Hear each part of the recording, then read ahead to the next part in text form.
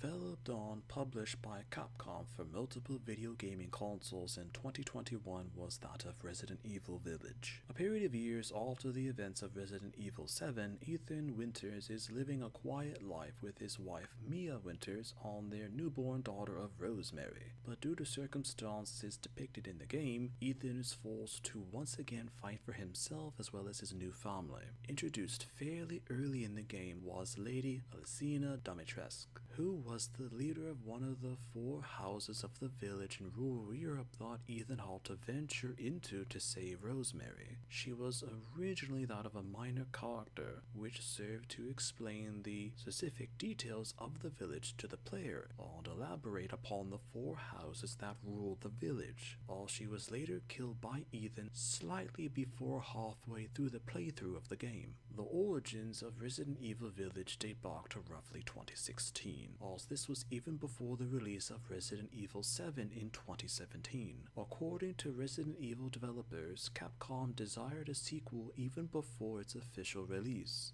as at the time no one on the developmental team was sure of critical gamer receptions to the game, due to Resident Evil 7 being massively popular when compared to the disappointing Resident Evil 6 or neutral Resident Evil 5. Capcom decided to have Ethan Winters return as the main protagonist for Resident Evil 8, but Capcom wasn't so sure of how the public would react to the concept of Resident Evil Village, so the advertisement campaign for the game was minuscule at first. But trailers depicting Lady Dimitrescu became popular, and partly due to the COVID-19 pandemic of the time, the character became unexpectedly popular. Deciding to take advantage of the appeal of Lady Dimitrescu, Capcom decided to promote the game with images and footage of the minor character, as the popularity became so apparent that it even exceeded what Capcom had imagined. At the time, no one affiliated with Capcom or Resident Evil were really able to explain